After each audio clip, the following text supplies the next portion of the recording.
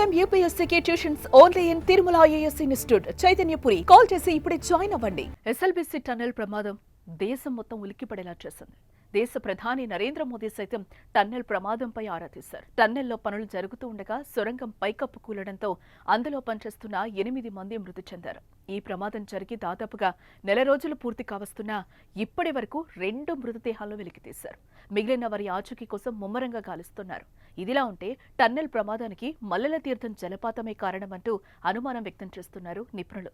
ఇంతకు టన్నెల్ ప్రమాదానికి మల్లెల తీర్థం జలపాతానికి లింక్ ఏంటో తెలుసుకుందాం.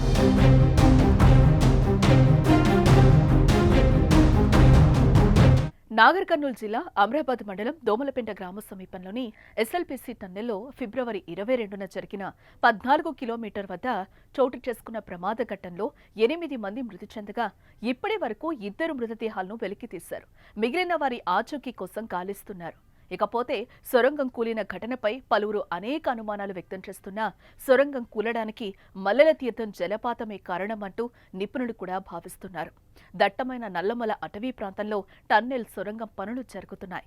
అదే ప్రాంతంలో మల్లెల తీర్థం జలపాతం ఉంది. అయితే జలపాతం నుంచి నీటి ఊట నిరంతరం వస్తూనే ఉంటుంది. అయితే అలా వచ్చే నీటి ఊటను బయటకు పంపకుండా గ్రౌటింగ్ ద్వారా అడ్డుకోవడంతో ఆ నీరంతా ఒక్కచోటకు చేరి టన్నెల్ పైకప్పు కూలేందుకు కారణమైందని నిపుణులు అనుమానిస్తున్నారు.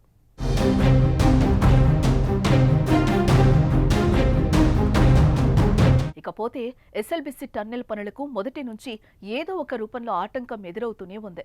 దాదాపుగా 2005లో మొదలైన ఈ సొరంగ మార్గం పనులు నేటికి పూర్తి కాలేదు. ఎస్ఎల్బీసీ పథకంలో భాగంగా శ్రీశైలం రిజర్వాయర్ సమీపంలోని నాగర్ కర్నూలు జిల్లా దోమలపెంట నుంచి అచ్చంపేట మండలం మన్నెవారిపల్లి దాకా 43.930 కిలోమీటర్ల సొరంగం తవ్వాల్సిందే. దీన్ని 2 వైపుల నుంచి అంటే ఇన్లెట్, అవుట్లెట్లు తవ్వాలని నిర్ణయించారు. ఇందుకోసం 2 టన్నెల్ బోరింగ్ మిషన్లను వినియోగిస్తున్నారు. ఒకటి మన్నెవారిపల్లి నుంచి, ఇంకోటి దోమలపెంట నుంచి తవ్వుకుంటూ వస్తున్నారు. తవ్వకం పూర్తయ్యాక ఈ యంత్రాలను టన్నెల్లోనే పక్కకు తరలించి అక్కడే మట్టితో కప్పేయాల్సి ఉంటుంది. ఇప్పటి వరకు శ్రీశైలం రిజర్వాయర్లోని నీటిని తీసుకునే ప్రాంతం నుంచి చేపట్టిన ఇన్లెట్ టన్నెల్ను 13.936 కిలోమీటర్లు తవ్వగా అచ్చంపేట మండలం మన్నెవారిపల్లి నుంచి 20.436 కిలోమీటర్ల వరకు తవ్వకం పూర్తి చేశారు. మరో 9.56 కిలోమీటర్ల మేర 2 వైపుల నుంచి తవ్వితే టన్నెల్ పూర్తవుతుంది. కానీ అంతలోనే ఈ ప్రమాదం జరగడంతో మళ్లీ పనులకు ఆటంకాలు ఎదురవడమే కాకుండా పనులు మొదటికి వచ్చాయి.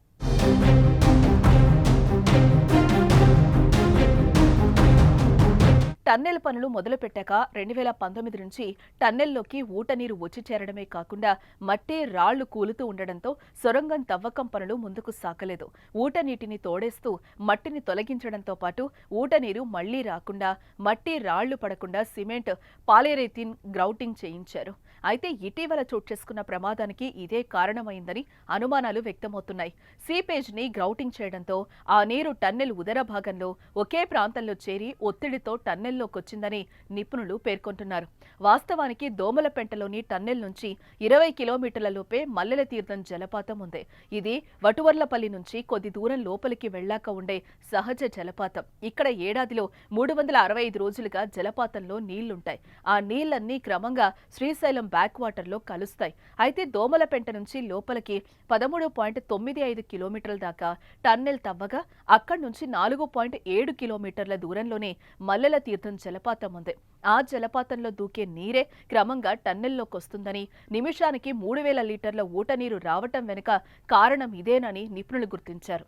అయితే ఆ ఊటనీరు ప్రభావంతోనే టన్నెల్ సొరంగంలో ప్రమాదం జరిగిందని నిపుణులు అంచనా వేస్తున్నారు.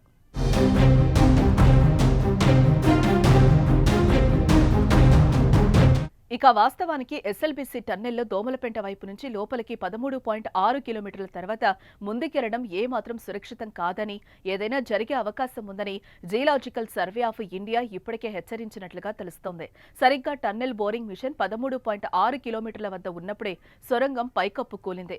కాగా దేవాదుల ఎత్తిపోతల పథకంలో భాగంగా 3వ దశలో చలివాగు కింది నుంచి టన్నెల్ తవ్వుతూ ఉండగా చలివాగు నీరంతా టన్నెల్లోకి చేరి పలువురు గల్లంతయ్యారు. ఇప్పుడు సరిగ్గా అదే పరిస్థితి శ్రీశైలం టన్నెల్లోనూ సంభవించిందంటున్నారు నిపుణులు.